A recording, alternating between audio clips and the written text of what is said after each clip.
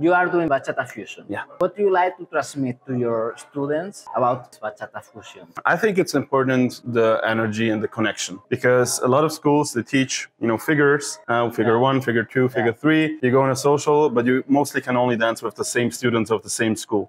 And we want our people, they travel everywhere. Yeah. So they dance with everyone. And we want to be able, like a language, you go to Singapore, you don't speak the same language, but you speak the same dance language.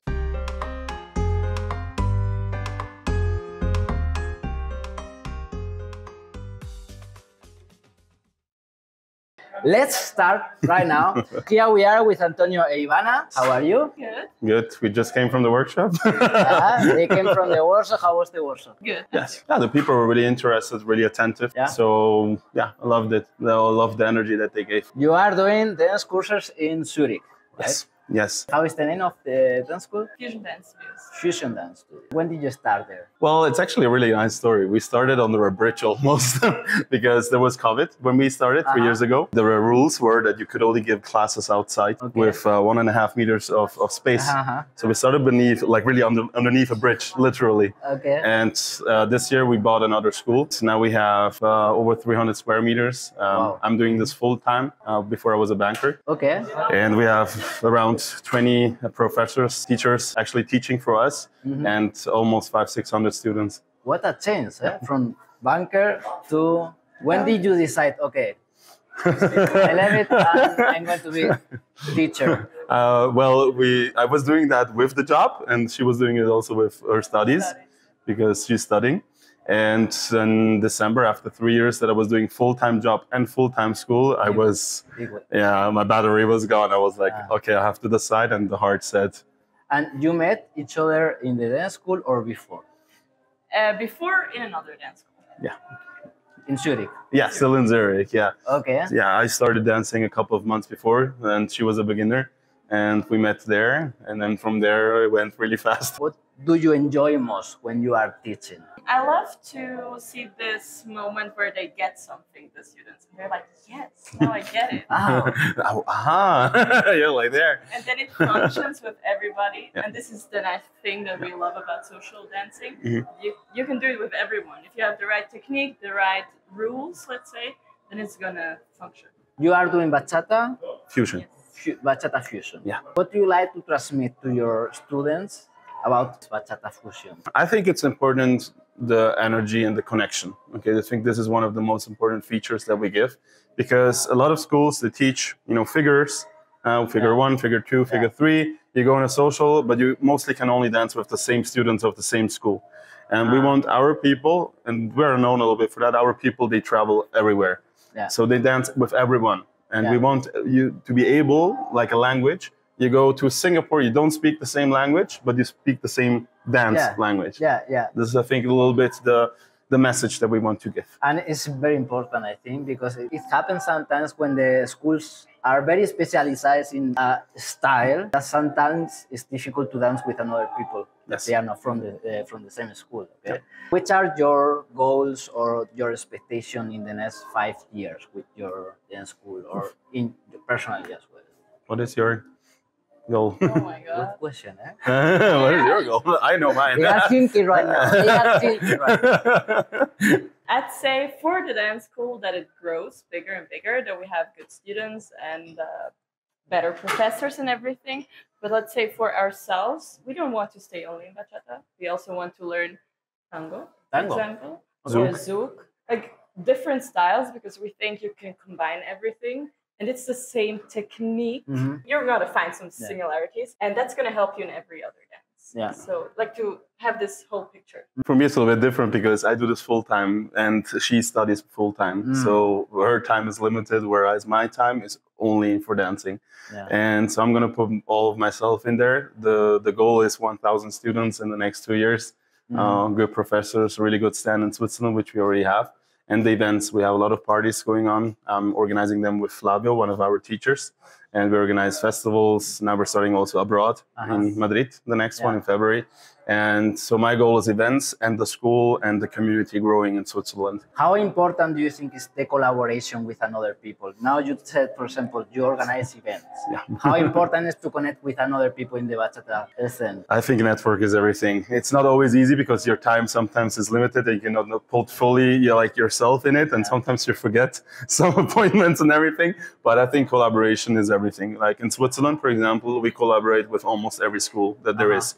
We invite everyone with our parties. We rotate with the workshops that we give. So in Switzerland, we're collaborating a lot. And also outside of Switzerland, we are trying to expand, because networking in every job, is it banking, is it insurance, is it wherever you're going, networking is the most important thing. And I think in bachata is really like that. For example, in salsa, they do not collaborate a lot, maybe. And maybe that's why the salsa is going down a little bit and bachata is, I don't know, this is a personal opinion. Yeah, I think there's different reasons. I think it's also the music. Yes. Yeah. Yes. The music. Yeah, because salsa is like really, they don't have a lot of remixes. In bachata, you have a lot of remixes, and I think that really attracts new people to start bachata. I have a theory about that, because it's like when the music develops itself, first is the music and then go the dance. Yes. Yeah. But if the music doesn't develop, what you said, they don't do new remixes or new songs, new songs, and that the dance is. Yeah. I mean, it's, if you look how bachata went big here in Europe, it was Aventura with a song coming here to Europe, and the people first wanted to, what is this? You know, it's new. And then they were listening to it, but it was still salsa, which was strong. But then with the years, you know, there were a lot of DJs doing remixes, covers, and also new artists. I mean, today you have Justin Timberlake, Shakira, Enrique Iglesias, all doing bachata songs, and the young people listen to that. So you have a younger generation. And I think salsa missed the younger generation in the last years. Yeah. And I think this is a little bit what is missing a little bit. Yeah. I hope that it still grows. I hope that they catch up, because, I mean, it would be a pity. Yeah. But I think some musicals, like some singers, would have to change a little bit their thoughts. If you like the interview, give me a like and subscribe to the channel. It's gonna help me a lot to reach more interviews in the future. And it's for free. How do you approach the task to reinvent yourself, for being always keeping creative with another figures, with another movement? Well, for me, for example, right now I'm taking privates in other dance styles, Afro, Kizomba, Zouk mostly now. And I think through that, you get more creative, because you start thinking about dancing and not only thinking about bachata. Because bachata, the development of bachata, a lot of people would now maybe hate me when I say this, but it's not only bachata tradicional. What? Right? Yeah. Bachata is... What did you say? What the fuck? Like, bachata is developing in a way. If you look at Zouk, for example, you can dance Zouk to everything, right? Because it's a fast, slow beat, or slow, fast, how you want to call it. I mean, on an 8-beat, you can dance it to everything. You can dance it to Kizomba, you can dance it to 8-beat, R&B, what you want. Bachata is the same, but people need to start thinking about this. So if you have an open mind about the dance and not only bachata, then you can do other styles and try to implement them. Okay. Look at Carlos y Paz, how they're implementing Zouk, for example, in bachata. Love it. I mean, they're creating their own style. Yeah. And I think this needs to be like in every teacher's mind and every artist's mind, so that you can develop yourself through the years. For finishing, I have a small game. A game? A small game. A small game. I'm good at games. Let's go. You have to finish the sentence. Okay. Okay? Ooh. So, just finish. And say it at the same time. At the same time? No, okay. No, not at the same time. First, ladies first. Yeah, when you are not dancing bachata, where you are? Studying at home. Dancing. I like to dance, so I will go to a social when I have one free weekend. Yeah. I go dancing. Your favorite place for dancing bachata? Barcelona. Geneva. Switzerland. They have a really nice festival. Yeah. I have seen as well. Yeah. Yeah. A nice festival. Yeah. What element you have to bring always in your bag when you go to a social dance? Water. Water. She would hate me if I say rum. Cuba Libre. Really happy face. I had to give that a towel. Yeah, 5 shirts. Like this. You can send the interview to somebody, to a dance couple. So you can choose one dance couple, and I will try to do the interview with them. I would like Carlos y Paz. Yeah. Carlos y Paz. Carlos y Paz. Carlos y Paz, you are officially invited to my interviews. Yes. So thank you very much for your time and your nice answers. And we are gonna see us, Antonio and Ivana, in the social dance. So we say goodbye and Bye. ciao.